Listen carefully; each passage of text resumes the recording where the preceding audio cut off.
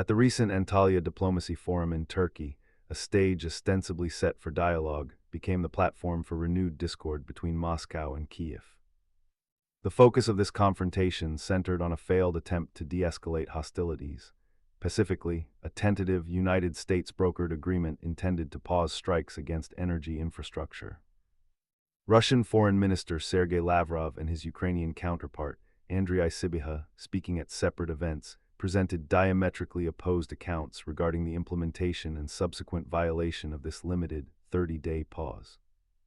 These exchanges occurred just one day after United States envoy Steve Witkoff had met with Russian President Vladimir Putin in Moscow to discuss peace prospects, and coincided with renewed pledges of substantial financial aid from European allies to support Kiev's ongoing war effort.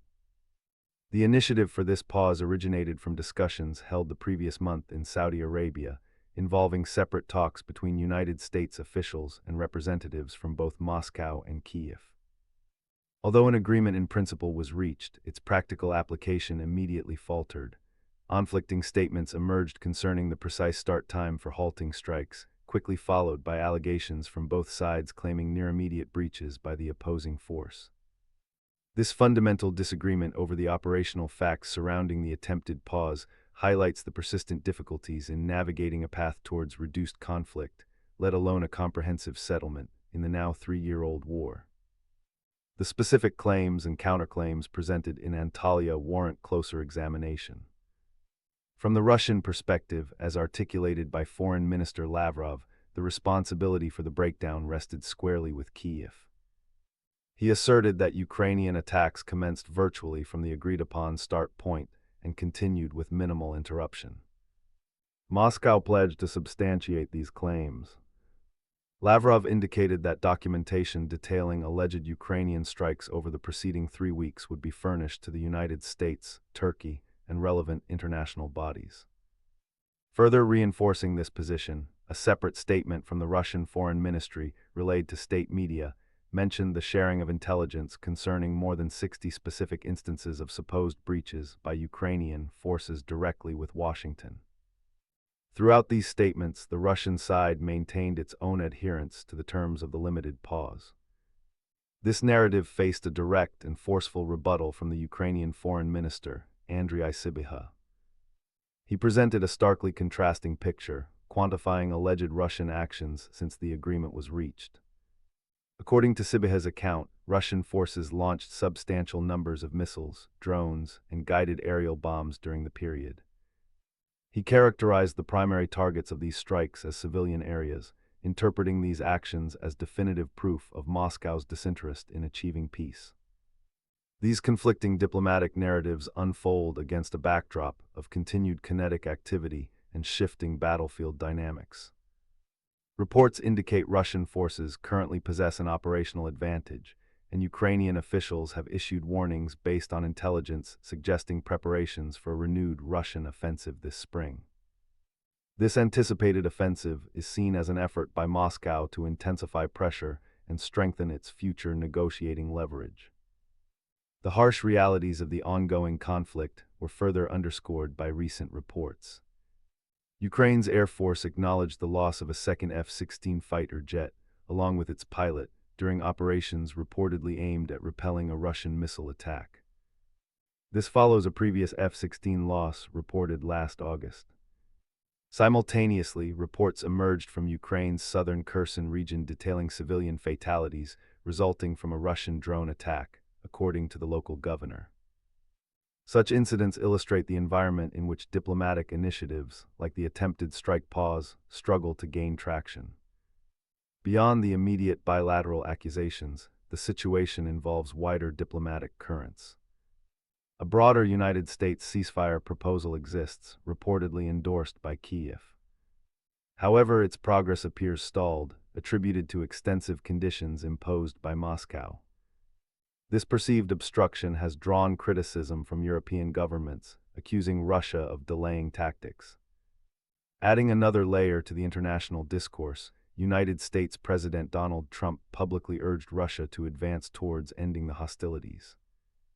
Meanwhile, Foreign Minister Lavrov linked progress on a separate potential agreement concerning Black Sea navigation to the easing of specific economic restrictions impacting Russian interests, specifically related to shipping insurance, port access, and payment systems.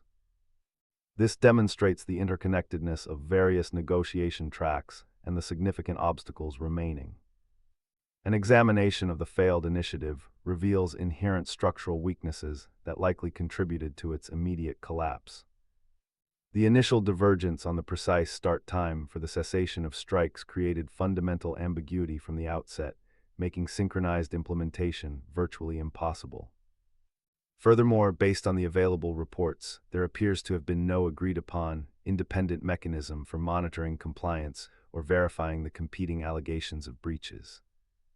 This absence of a neutral verification process allows accusations to proliferate without objective adjudication, transforming the diplomatic effort into another front for informational conflict.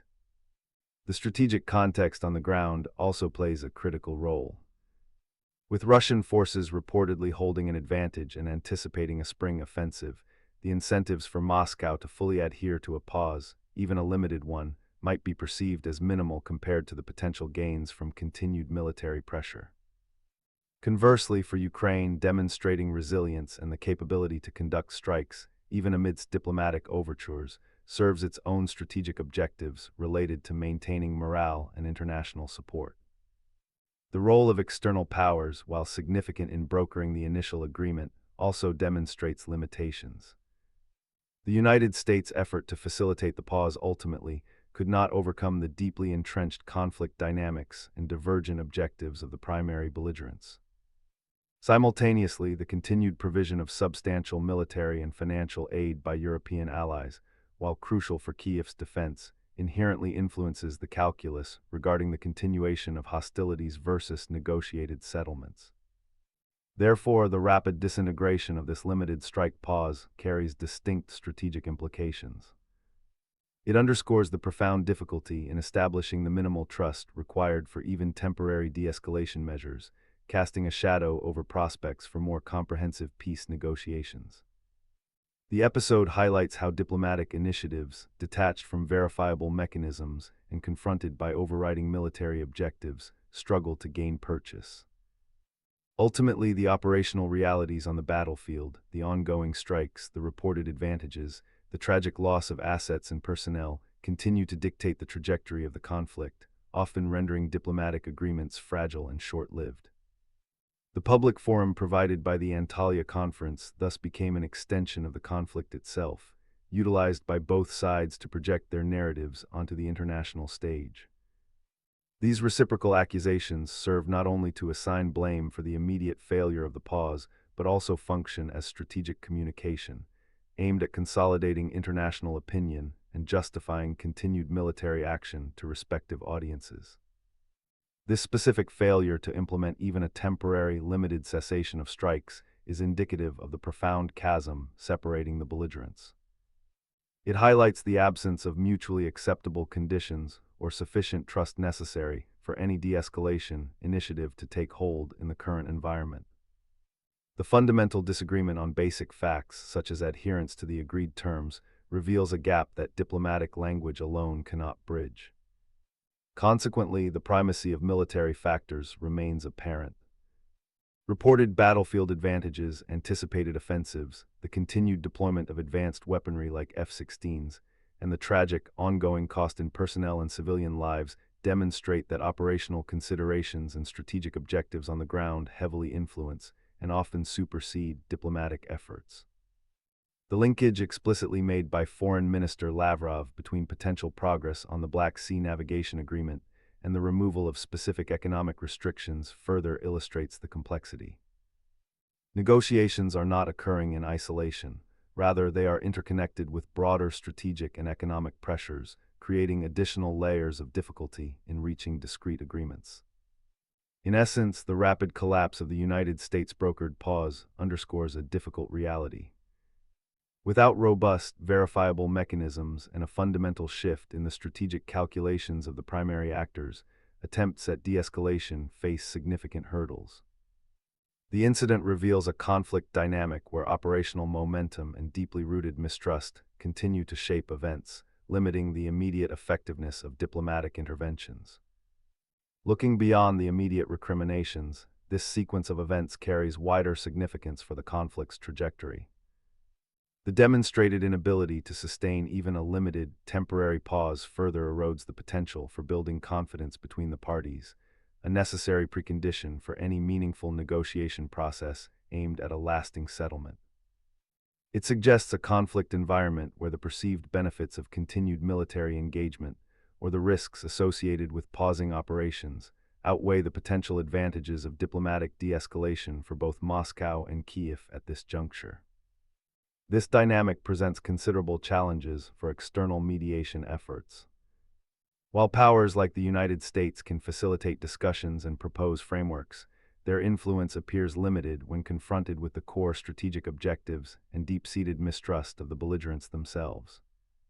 The failure highlights the constraints on diplomatic leverage in the face of ongoing, intense warfare supported by significant external military and financial backing. Furthermore, the episode contributes to the perception of an intractable conflict, potentially reinforcing the positions of those who believe a military outcome, rather than a negotiated one, will ultimately prove decisive. Each failed diplomatic initiative, particularly one involving direct engagement at high levels, can inadvertently diminish the perceived viability of future diplomatic pathways. Ultimately, the events surrounding the Antalya Diplomacy Forum and the breakdown of the strike pause serve as a stark reminder. The war's momentum, driven by military operations, strategic calculations, and the continuous infusion of resources, remains the dominant force shaping the present reality and the near-term prospects for resolution. Therefore, the exchange in Antalya, far from representing a potential step towards de-escalation, functioned more as a public manifestation of the conflict's deeply entrenched dynamics. The mutually exclusive accounts of the attempted pause underscore not merely a disagreement over events, but a fundamental divergence in perceived realities and strategic imperatives, amplified by the absence of any objective verification framework. What becomes evident is a situation where the logic of military operations and the pursuit of battlefield advantages continue to hold precedence. Diplomatic initiatives, even those backed by significant international actors, remain subordinate to the operational tempo and the strategic calculations driving the war effort on both sides. The swift collapse of the limited ceasefire thus appears less an isolated failure and more a reflection of the current state of affairs. A conflict where the conditions necessary for building trust and implementing even temporary cessations of hostility have yet to materialize, leaving the trajectory largely defined by actions on the ground rather than words exchanged at conference tables. Thanks so much for watching. If you enjoyed this analysis, and be sure to give it a thumbs up and hit that subscribe button for more geopolitical insights like this. I love hearing your thoughts, so drop a comment below and let's keep the conversation going. Share this video with anyone interested in deeper perspectives on current events. Until next time, stay informed and think critically. Thank you.